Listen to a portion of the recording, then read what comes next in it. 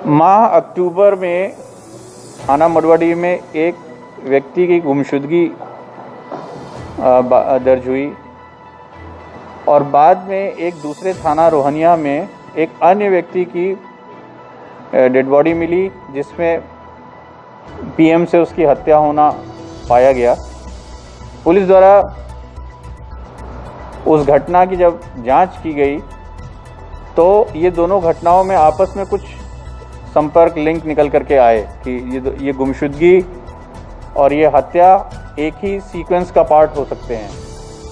लेकिन जो व्यक्ति गुमशुदा हुआ उसकी कोई जानकारी बहुत कोशिश के बावजूद नहीं हो पाई और जो भी साक्ष्य थे वो अभी तक पूरे घटनाक्रम का खुलासा करने के लिए पर्याप्त नहीं पाए गए। इसी के तहत ये प्रकरण हमारे सामने जब आया वरिष्ठ अधिकारियों के सामने तो इसकी समीक्षा बहुत ही विस्तार से की गई और इस समीक्षा में जो कड़ियाँ गायब थी उनको हम लोगों ने जोड़ा और फिर अब इस घटना का करीब 7-8 महीने बाद हम लोग अनावरण कर चुके हैं। इस घटना में इन्हीं के परिचित दोस्तों का हाथ होना पाया गया और एक व्यक्ति जो गायब हुआ उसके अकाउंट में कहीं से pre approved guarantee free loan आने की सूचना जब उसके साथियों को मिली तो उन्होंने सोचा कि किसी माध्यम से उसके अकाउंट से ये पैसा अगर निकल आए, उसकी हत्या करने की योजना बनाई गई। ये लोग मनी ट्रांसफ़र का काम करते थे, इसलिए account to account transfer, Paytm का इस्तेमाल, एटीएम के पिन वगैरह चेंज करने की प्रोसेस इन्हें मालूम थी भली भांति।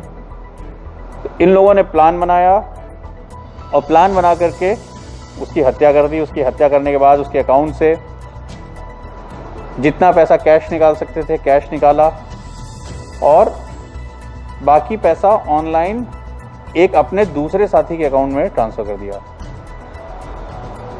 जब दूसरे साथी के अकाउंट तक पुलिस पहुंच गई और पुलिस ने उसको फ्रीज करा दिया, तब गैंग में आपस में हॉस्टिलिटी जनरेट हुई।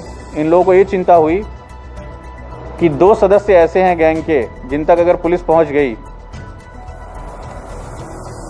तो इस पूरे घटनाक्रम का खुलासा हो सकता है, उन तक पहुंचा जा सकता है। तो इन्होंने एक एक करके अपने उन साथियों को उनकी भी हत्या करी, जिसमें से दूसरी हत्या जैसा मैंने बताया थाना रोहनिया में दर्ज हुई और एक अन्य व्यक्ति की भी हत्या इनके द्वारा की गई। हमें इस पूरे घटनाक्रम में बहुत ही साफ सुथरे साक्ष्य मिल गए हैं। घटनाक्रम वेल इस्टैब्लिश हो गया है।